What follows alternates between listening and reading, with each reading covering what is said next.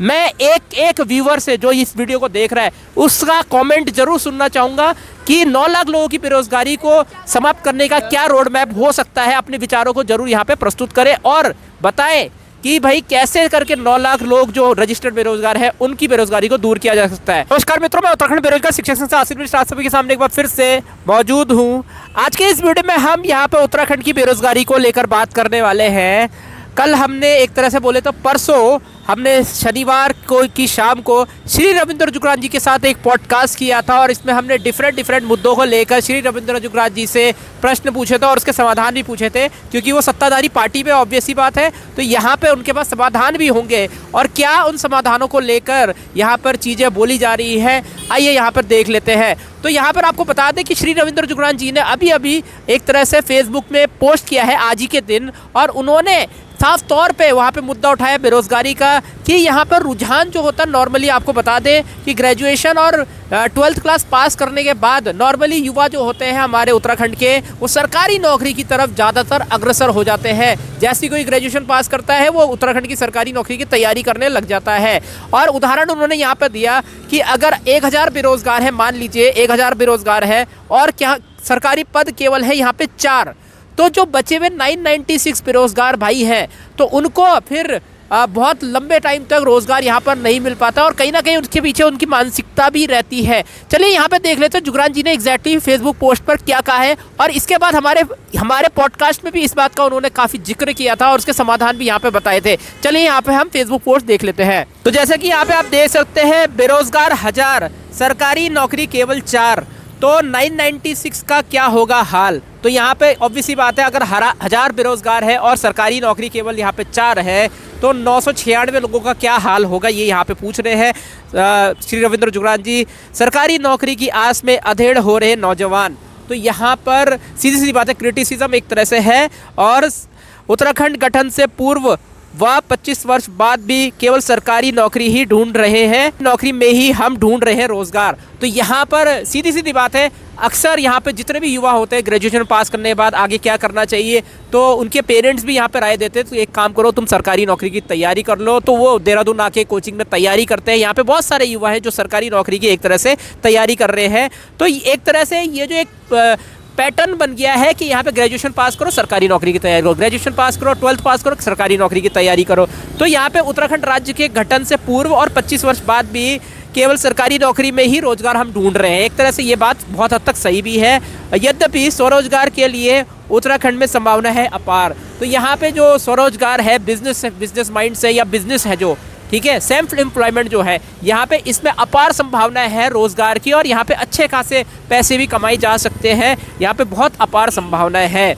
दोषी हमारी व्यवस्था और वह किसी हद तक हम भी है। जी हाँ, यहाँ पे आप कह सकते हैं कि वो युवा जो सरकारी नौकरी की तैयारी के लिए अग्रसर हो जाता है ग्रेजुएशन के बाद, एक मानसिकता वो बनाता है कि मुझे सरकारी नौकरी चाहिए, मेरा भविष्य इससे सुरक्षित हो जाएगा। कहीं ना कहीं ये मानसिकता जो है उसको सरकारी नौकरी की तैयारी की तरफ अग्रसर होती है, जिसमें आपको जैसा कि पता है यहाँ पे जो संभावना होती है सरकारी नौकरी में निकलने की वो 1% से भी कम होती है, कहीं तो आधा प्रतिशत और 0.25% भी होती है। तो सरकारी नौकरी तो सबकी यहाँ पे ऑब्वियस ही बात है नहीं लग सकती।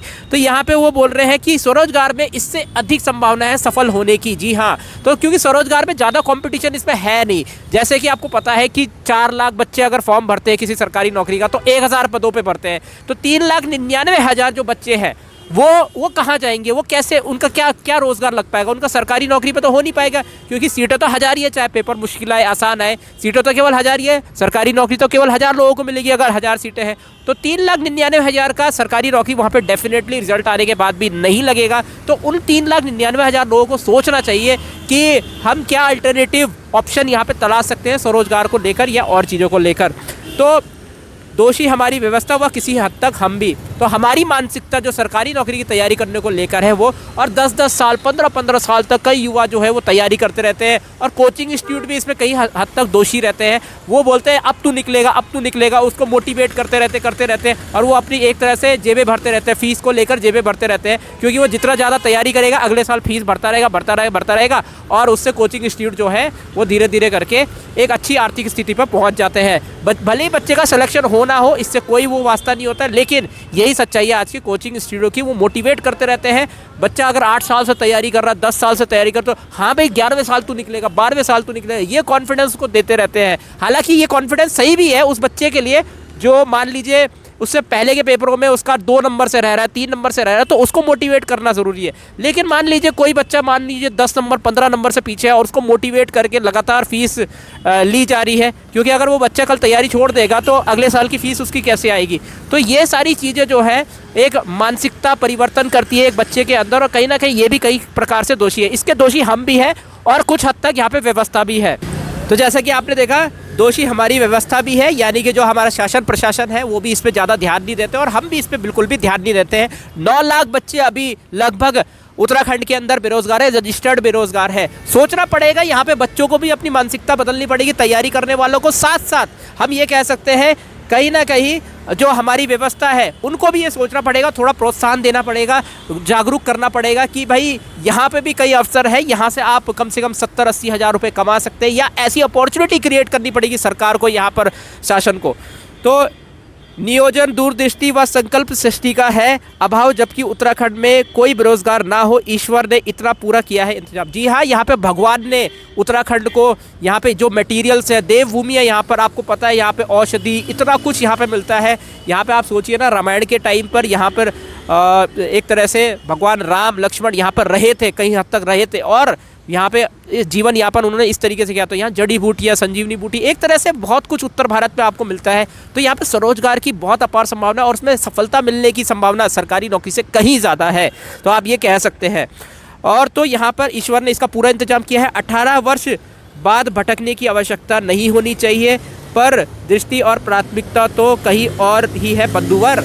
तो ये युवाओं से आवेदन किया जा रहा है कि दृष्टि और बाकी चीज़ें, आपकी सरकारी नौकरी की तरफ फोकस है आपका, लेकिन ईश्वर ने हमें कृपा करके यहाँ पे सोचिए इतनी सारी पेड़ पौधे औषधि वगैरह दी हुई है, अगर हम उनका इस्तेमाल करके उसको विदेशों में एक्सपोर्ट करें तो बहुत सारे यहाँ पे असीमित संसाधन हो सकते हैं। आप हमारा पॉडकास्ट देख सकते हैं। चलिए मैं छोटी सी क्लिप यहाँ पे आपको चला के दे देता हूँ। ऐसा है, पारंपरिक रूप से उत्तराखंड के अंदर जो रोजी रोटी का साधन था वो बागवानी, उद्यानिकी, पशुपालन और इसके साथ साथ जो है जड़ी बूटी, इसके साथ साथ कुटीर उद्योग, कालीन बनाना, हमारे यहाँ इस तरह के उद्योग थे।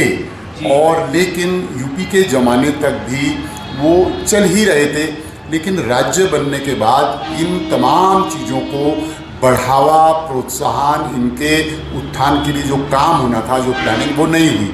ये और उल्टा हो गया कि ये अब ये जो क्षेत्र हैं, जो एरियाज़ हैं हमारे पशुपालन के, उद्यानिकी के, बागवानी के, फ्रूट कल्टीवेशन के, मौसमी सब्जियों के, या इसके साथ जो भी हमारा कालीन उद्योग था, ये सब जो है अब अपने दम तोड़ रहा है, अगर मैं स्पष्ट शब्दों में कहूँ। जबकि इन क्षेत्रों में हम बहुत आगे बढ़ सकते थे। हमको प्रकृति ने जड़ी बूटियाँ दी हैं, औषधि दी है, एक अच्छी क्लाइमेट दी है, अच्छी सॉइल दी है, और वो सब कुछ दिया है जिसपे हम जो है टूरिज़्म तो एक बहुत बड़ा सेक्टर है, बहुत बड़ा, बहुत ही विराट, जिसके लिए उत्तराखंड उपयुक्त है। लेकिन हमने ना उस ओर ध्यान दिया, ना अपने जो परंपरागत उद्योग थे ना उस ओर ध्यान दिया। देखिए भाई, नौकरी तो मान लीजिए 1 लाख नौकरी अगर उत्तराखंड में आज खाली है, मान लीजिए, और 5000 वैकेंसी, वो 1000 वैकेंसी कहीं के लिए निकलती है, तो 1000 वैकेंसी के लिए कम से कम 4 लाख लोग अप्लाई करते हैं। सिलेक्शन तो 1,000 का होगा ना, लेकिन वो जो 3,99,000 लोग 4 साल तक टंगे रहते हैं जी, मेरा होगा, मेरा होगा, मेरा होगा, तो 3,99,000 लोग जो हैं 10 साल से प्रतियोगी परीक्षाओं की तैयारी कर रहे होते हैं, उसके बाद तो वो ठन गोपाल हो जाते हैं। तो हमको 12 से पहले ही अपना जो यूथ है, नौजवान है, उसको एंगेज कर देना चाहिए, उसको जो है करियर काउंसलिंग करके, उसका मार्गदर्शन करके, उसको किस सेक्टर में जाना है, सेल्फ एम्प्लॉयमेंट कैसे होगा, वो किस क्षेत्र में जा सकता है, क्या फिशरीज़ है, मत्स्य पालन से लेके दुनिया भर के। और ये खाली भाषणों के या मंचों पे कहने की बात नहीं है। अगर इसकी प्लानिंग ठीक तरीके से हो तो हमारी जो मेजॉरिटी अनएम्प्लॉयड लोग हैं वो अपने गांव में, घर में, ब्लॉक में, जनपद में, मंडल में, प्रदेश में ही बहुत अच्छा कर सकते हैं। 5, 6, 7 साल का समय पर्याप्त होता है। लेकिन राज्य बनने के बाद हम जो एक शताब्दी से जो हमारा रोजगार का जो साधन था, या तो आर्मी, या हम बड़े मैदानी नगरों में होटल इंडस्ट्री में चले जाते थे, कहीं हम शेफ़ की नौकरी कर रहे हैं, कहीं हम बर्तन भांडने में जा रहे हैं, कहीं हम चौकीदारी कर रहे हैं, कहीं हम दूसरा काम कर रहे हैं। तो ये सारे लोग अपने उत्तराखंड में रुक सकते हैं, बशर्ते कि सरकारों का, हमारी व्यवस्था का फोकस उनको एब्जॉर्ब करने का हो, उनके लिए कोई प्लानिंग हो। सरकारी नौकरी तो समस्या का समाधान कतई नहीं है, और वो प्रोडक्टिव भी नहीं है। उत्पादन की ओर जाना पड़ेगा, और ईश्वर ने और प्रकृति ने उत्तराखंड को उत्पादन करने के क्षेत्र में सोना, हीरा, चांदी सब कुछ दिया हुआ है। हमारी दृष्टि उधर नहीं पड़ रही है। यहाँ पर श्री रविंद्र जुगरान जी ने इसी चीज़ को लेकर पॉडकास्ट के बाद ही इन्होंने ये जिक्र किया है, मेरे को समझ में आ रहा है। और यही चीज़ हमने भी अपने पॉडकास्ट के माध्यम से पूछने की कोशिश करी थी, जिसमें उन्होंने साफ बताया था कि बिल्कुल यहाँ पे सरकारी रोजगार से रोजगार की पूरी समस्या तो हल हो नहीं सकती है।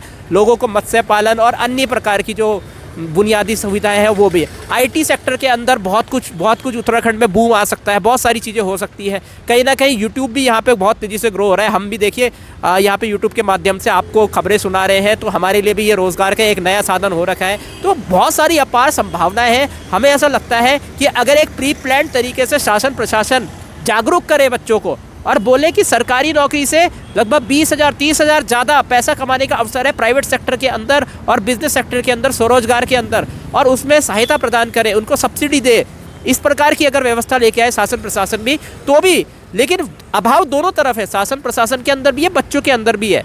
तो 9 लाख लोगों की बेरोजगारी कैसे दूर होगी? जुगरान जी ने हमारे पॉडकास्ट में ये बात भी जिक्र किया है कि अगर हम ओवरऑल एक सिस्टमेटिक तरीके से चीज़ें इम्प्लीमेंट करने में कामयाब रहे, शासन प्रशासन के लेवल पे भी, और बच्चों की मानसिकता को परिवर्तित करने में सही रहे, तो हो सकता है हम आने वाले टाइम में ऐसा देख पाए कि सरकारी नौकरी से अपार्ट प्राइवेट सेक्टर के अंदर सरकारी नौकरी से लोग 20,000 30,000 40,000 ज़्यादा कमा रहे हैं। और हो सकता है जितना आप सरकारी नौकरी में 20 साल में कमाओ, उतना आप अपने स्वरोजगार के माध्यम से 8 साल में ही उतना पैसा कमा पाओ। तो ये भी ऐसा हो सकता है, लेकिन इसके लिए एक बहुत बड़ा सिस्टमैटिक परिवर्तन यहाँ पे रोजगार मंत्रालय को करना पड़ेगा। मेरे को लगता है कि उत्तराखंड के अंदर एक रोजगार मंत्रालय आना चाहिए जो प्री प्लान्ड और सिस्टमैटिक तरीके से जागरूक करे देश के युवाओं को, या उत्तराखंड के युवाओं को जागरूक करे। तो इसमें बहुत सारी पॉसिबिलिटीज़ हो सकती है।